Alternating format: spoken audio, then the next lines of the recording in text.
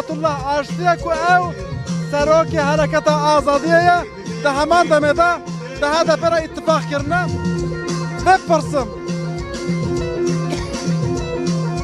Ev Firozbahi bandora ki çağa versen her bir jartine bike be tebliğ buna ve.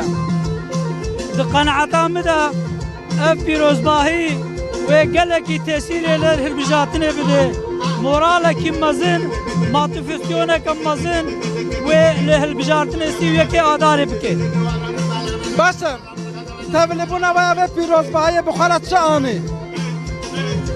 اتفاقا ما کردستانی بخور دستپیک اقانی گو ایرو دوی نوروزا ای سال دا تمام جره کردستانی تمام پارتی کردستانی تمام باوری کردستانی دوی ده آنها bayrak eva al eva hamu behavrete helgaftın.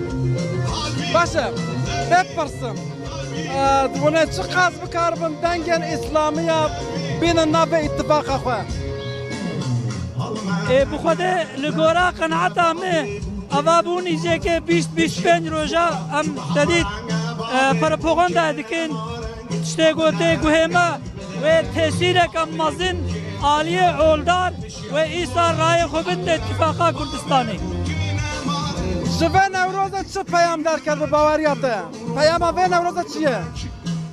Di baweriya me de li gora qenaeta me yekemîn di tarîxa Amedê de tamamê siyaseta Kurdî li qada Newrozê hate cem hev. Başa zor spas dikim Malî Aba.